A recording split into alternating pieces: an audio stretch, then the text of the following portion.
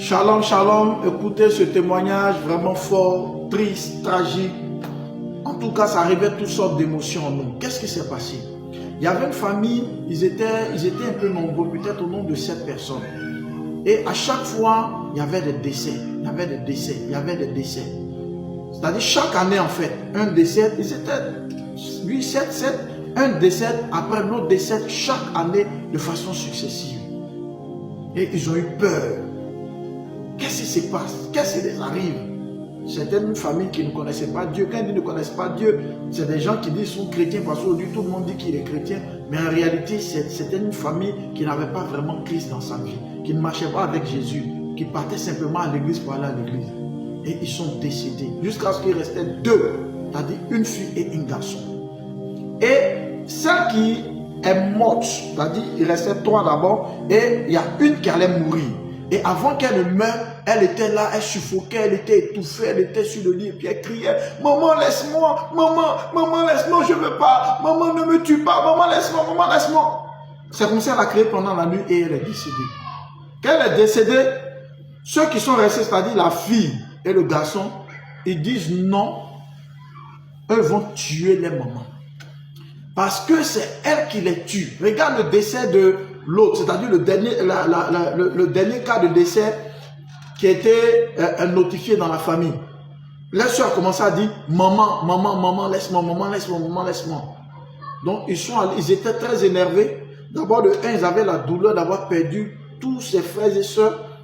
Et voici encore le décès et l'année qui suit, c'est-à-dire parmi les deux, un va partir. Donc ils sont allés acheter de l'essence. Ils disent qu'ils vont brûler les mamans. Ils vont la brûler. Et ils étaient pressés, couraient, ils partaient. Et il y a une soeur du quartier qui les a dit, mais après, non, la vieille c'est une sorcière, la vieille c'est une sorcière, on va la tuer cette vieille. Elle dit, mais quoi? Non, c'est une sorcière. Non, elle leur a demandé, mais vous vous basez sur quoi pour dire que c'est une sorcière? Il dit, non, tous ceux qui sont décédés, c'est notre dernière petite soeur là. Elle disait, maman laisse-moi, laisse-moi. Donc la femme qui est au quartier, la dame a eu, elle a dit, ok, puisqu'elle connaissait les mamans, c'est-à-dire elle connaissait en tant que maman du quartier, donc elle a dit non, que moi elle va vous proposer quelque chose. Donc ils se sont arrêtés, que calmez-vous. Ils disent non, il dit calmez-vous. Vous allez brûler votre maman, ce n'est pas une solution, vous allez aller en prison. Il dit non, s'il faut qu'ils aillent en prison, ils vont aller, mais il faut qu'il la tue, elle est mauvaise. Et je vous dis qu'au moment où il partait, en fait, ce n'était pas le même jour la fille est décédée, c'est des temps après. Pendant ces temps-là, c'est-à-dire après le décès, l'enterrement de la fille, il ne nourrissait plus les mamans. Les mamans étaient dans la faim, ils maltraitaient les mamans. Jusqu'à ce que du moins ce jour-là arrive où ils disent non, ils vont la tuer, c'est encore mieux parce que la maltraitance est trop faible pour elle, il faut qu'ils la tuent. Et la dame a dit, ah, je vais vous envoyer chez un homme de Dieu. C'est un prophète. Si on arrive là-bas, là, on va chercher à le croiser. Dieu l'utilise tellement que je suis convaincu qu'il pourra nous montrer le chemin, il pourra nous orienter par rapport à cela. Donc ils sont venus à l'église de l'homme de Dieu, il y avait beaucoup de personnes, il y avait du monde à l'église, il y avait du monde. Donc quand ils sont arrivés, ils ont dit même à la dame, ah, on pourra voir ce prophète, ce monde-là, est-ce qu'il va pouvoir nous recevoir? Elle dit non, on va tout faire, patientez-vous. Et comme Dieu est bon, l'homme de Dieu même t'a arrêté, dit, il y a quelqu'un qui est venu, mais c'est une famille. Vous êtes venu par rapport à un problème de sorcellerie. Et vous êtes convaincu que c'est votre mère qui est en train de vous tuer. Si vous êtes là, venez. Quand il a dit ça, une joie les animait pour dire enfin. Et j'avais omis un aspect, ils sont venus même avec les mamans. Voilà, parce que la dame a dit qu'ils viennent aussi avec les mamans. Ils sont venus avec les mamans à la prière. Donc quand ils ont dit qu'ils étaient contents, parce que c'est au moins devant tout le monde. Là, tout le monde est témoin devant Dieu. Les mamans, voilà, là, même s'ils n'utilisent pas le processus c'est-à-dire de la brûler, au moins le pasteur doit faire une prière au moins pour qu'elle meure. En tout cas, eux, ils étaient contents pour les appeler. Donc, ils se sont approchés et le pasteur a posé la question, vous vous basez sur quoi? C'est-à-dire par rapport à la révélation qu'il a reçue, que Dieu me dit que vous dites que votre mère est sorcière. Vous vous basez sur quoi pour dire qu'elle est sorcière? Non, ils ont expliqué les choses devant l'église. Non, il y a des gens de l'église, ça murmurait, tu entends d'autres qui disent, ah, ça c'est une sorcière, ça va, c'est elle, c'est elle. Et le pasteur a dit non, que ce n'est pas votre maman. Quand elle a dit, eux l'ont regardé, ils étaient choqués. Comment ce n'est pas notre maman? Pas qu'ils l'ont dit, mais par leur regard, ils sont choqués. Comment ce n'est pas elle? Il dit non, que ce n'est pas votre maman qui est sorcière. Dieu me dit que là où votre maison est située, là, quand on veut rentrer au niveau de la maison, juste à la droite, il y a des fers qui ont été mis, il y a des grillades, il a décrit tout ce qui est là-bas, et il dit il y a de l'huile rouge qui est versée sur une pierre là-bas. Ils disent oui. Parmi vos frères qui sont décédés là, il y a un qui voulait avoir l'argent, parce que c'était tellement difficile, donc il a fait un fétiche. Il a fait un fétiche pour avoir de l'argent, mais ça s'est mal tourné, il est mort. Donc c'est ce qui faisait qu'il versait de l'huile rouge au coin de la maison.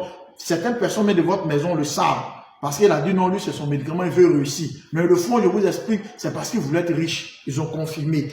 Et ils étaient étonnés parce que comment lui il sait ça? Il a tout décrit, tout ce qui était là-bas, que c'est l'huile rouge. Et il a activé, votre frère a activé un esprit. Cet esprit qu'il a tué là, c'est ce même esprit-là, puisqu'il a fait ça au niveau de votre cou, c'est l'esprit-là qui est en train de tuer tous les membres de votre cou.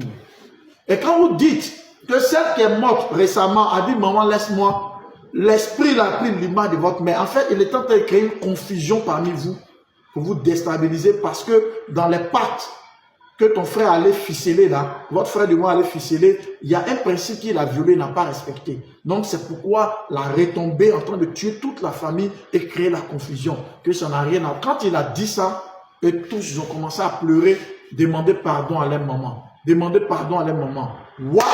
Quel témoignage! Quel témoignage émouvant!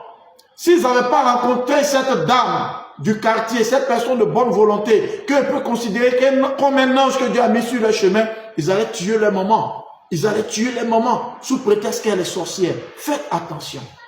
Faites attention. N'accusez pas les gens de sorcellerie comme ça quand vous n'avez pas une révélation. Le diable est manipulateur. Le diable est trompeur. Il arrive même dans des dimensions de la sorcellerie où des sorciers même travaillent avec l'image des gens. Si vous ne le savez pas, ils travaillent avec l'image des gens. Quand il est sujet, ou quand il y a une situation quelconque où il y a un cas de sorcellerie, priez beaucoup ou ayez un niveau de discernement qui ne vous tombe jamais. Faites vraiment attention. Parce que souvent les sorciers d'un certain rang sont faciles à attraper. Mais d'autres qui sont d'un certain niveau, ont une dimension de camouflage. La vieille n'était même pas sorcière, c'était un esprit. Souvent on peut accuser quelqu'un d'un problème. Or le problème se trouve ailleurs. Si nous n'avons pas de discernement, si nous ne nous confions pas à Dieu, heureusement qu'ils ont accepté d'aller à l'église. Si on ne met pas nos problèmes dans les mains du Seigneur, on va accuser des personnes innocentes, on va tuer des personnes innocentes. Imaginez-vous que la vieille était morte, c'était une malédiction parce que d'abord elle est innocente. De deux, c'est les mères. Même si elle était sorcière, n'ont pas le droit de la tuer, leur vie allait être encore plus catastrophique. Écris un commentaire, shalom.